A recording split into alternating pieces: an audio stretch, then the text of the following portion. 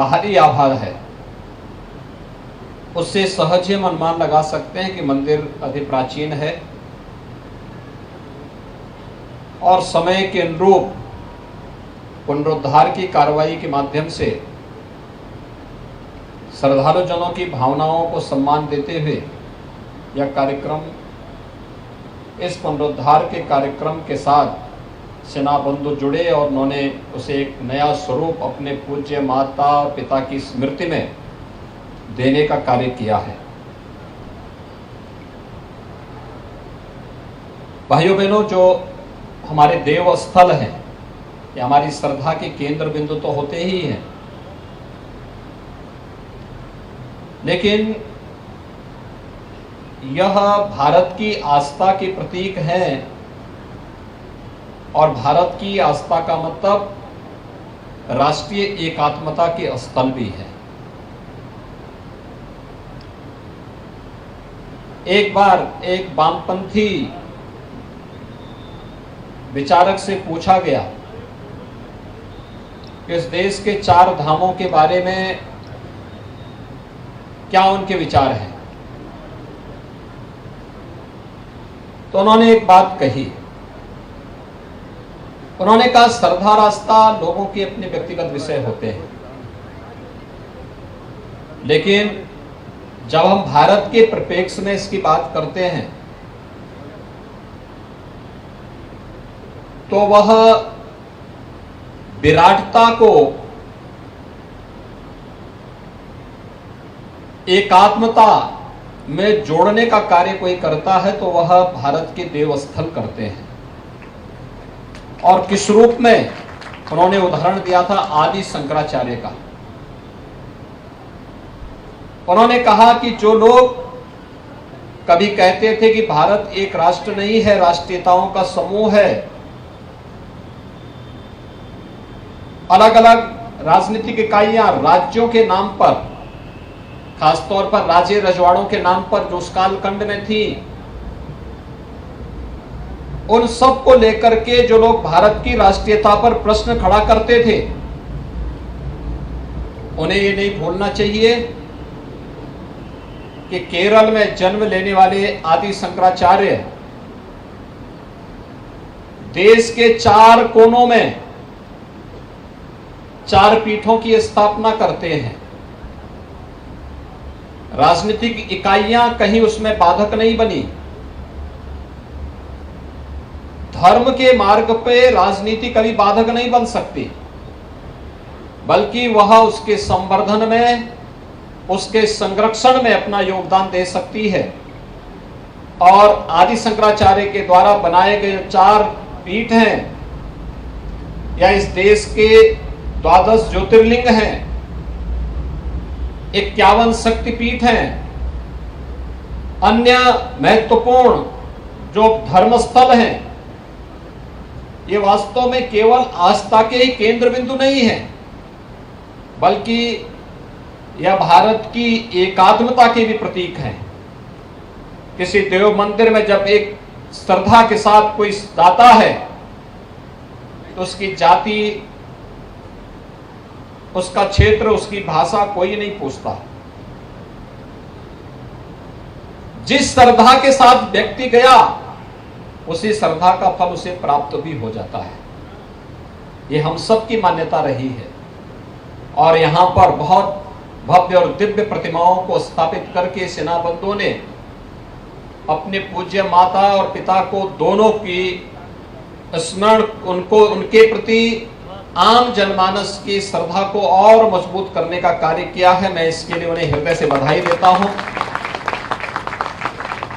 हमारे देव मंदिर लोक कल्याण के माध्यम है, हमें उसे निरंतर उसी पथ पर अग्रसर करके लेके चलना होगा।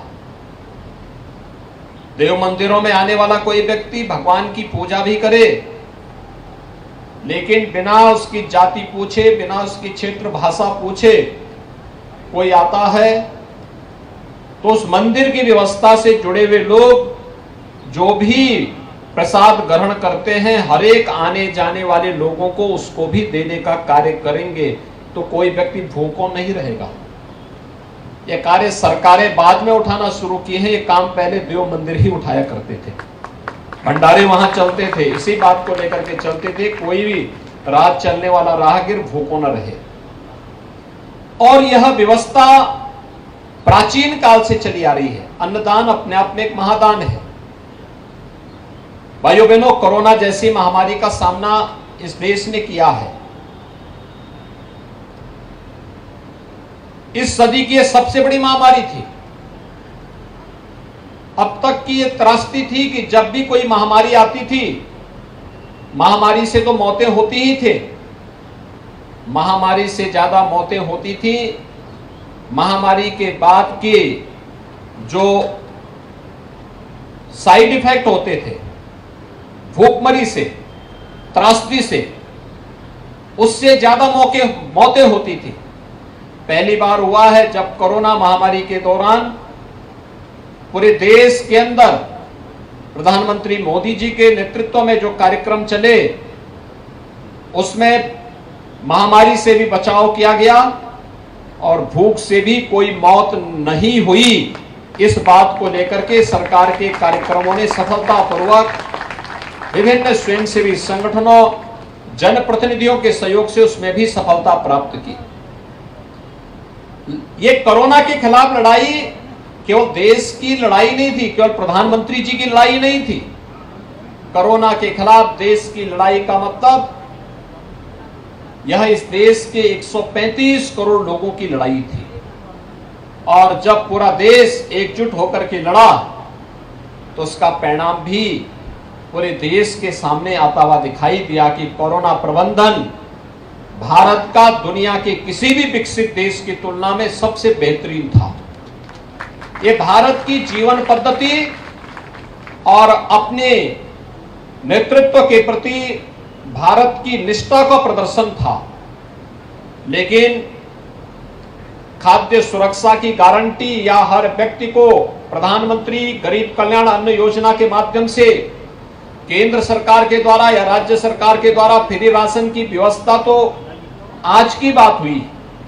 प्राचीन काल में खाद्य सुरक्षा की गारंटी हमारे धर्मस्थल ही दिया करते थे। और इसलिए धर्मस्थल के बारे में जो अक्सर मेरे गुरुदेव मुझे अक्सर कहा करते थे कि धर्मस्थल पे कोई व्यक्ति आए, भूखों नहीं जाना चाहिए, उसको 2 जून की रोटी जरूर दो, भोजन की व्यवस्था उसके लिए जरूर करो। दूसरा, भारत की वैदिक परंपरा के संरक्षण का कार्य, संस्कृति के अध्ययन अध्यापन को उसके साथ जोड़ना। अगर ये कार्यक्रम हम निरंतरता के साथ जुड़े, आरोग्यता के लिए कुछ कार्य कर सके। ये तो नदी के तट पर, एकदम गोमती नदी के तट पर है। हमारा प्रयास हो कि मंदिर से कोई भी कूड़ा कचरा मंदिर और आसपास के क्षेत्र का वह गोमती नदी में न गिरे, बल्कि यहाँ की साफ सफाई की व्यवस्था मंदिर व्यवस्था से जुड़े हुए लोग उठाएं और गोमती नदी के जल को निर्मल और अविरल बनाने की दिशा में हमारा प्रयास आगे बढ़ना चाहिए। दूसरा, इस नदी के जल को हम यहाँ पर जो क्षेत्र है नदी के तटवर्ती क्षेत्र में, यहाँ पर उस प्रकार की औषधीय वृक्षों को लगा करके लोगों को उसके साथ जोड़ने का कार्य कर सकते हैं। बहुत सारे लोगों को आरोग्यता के लक्ष्य को प्राप्त करने की दिशा में भी आगे बढ़ा सकते हैं। और ये कार्य यहाँ पर यह मंदिर प्रबंधन यहाँ के पूज्य संतों के साथ मिलकर के, जनप्रतिनिधियों के साथ मिलकर के आगे बढ़ाने का कार्य करेगा तो मंदिर की सार्थकता स्वयं सिद्ध होती हुई दिखाई देती है। मैं एक बार फिर से महंत राम सेवक दास जी महाराज को, जिन्होंने इस प्रबंधन में सेना बंधुओं को के साथ साथ अन्य लोगों को रखा जो लोक कल्याण के पथ पर अग्रसर होकर के इस कार्यक्रम के साथ जुड़ सके, मंदिर के पुनरुद्धार के लिए सेना बंधुओं को हृदय से धन्यवाद देता हूं। और पूज्य स्वामी अवधेशानंद गिरि जी महाराज यहाँ पर उपस्थित हुए हैं। वे हरिद्वार से यहाँ आए हैं। इस भीषण गर्मी में वास्तव में किसी को सजा देनी हो तो इस भीषण गर्मी में मूर्ति प्राण प्रतिष्ठा का कार्यक्रम करवा लें। अच्छा है, नंगे पैर बोलो कि चलो। तो यह कार्यक्रम भी यहाँ पर उन्होंने इस साधना के साथ में जुड़े हैं। मैं इसके लिए उनका, उत्तर प्रदेश में आए हैं, उनका स्वागत करता हूँ, उनका अभिनंदन करता हूँ। और आभार भी व्यक्त करता हूं कि उन्होंने इस कार्यक्रम के साथ जुड़ करके इस कार्यक्रम की भव्यता को आगे बढ़ाने में अपना आशीर्वाद दिया है। मैं उनके प्रति हृदय से उनका स्वागत और अभिनंदन करते हुए लखनऊ वासियों की ओर से जिनको एक मंदिर भव्यता के रूप में यहाँ प्राप्त हुआ है, आभार भी व्यक्त करता हूँ।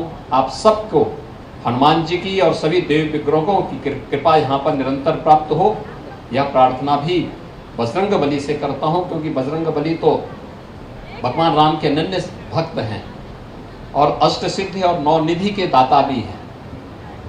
तो बजरंग बली की कृपा हम सब पर बनी रहे, इस विश्वास के साथ आप सबके प्रति अपनी शुभकामनाएं देता हूं। धन्यवाद। जय हिंद।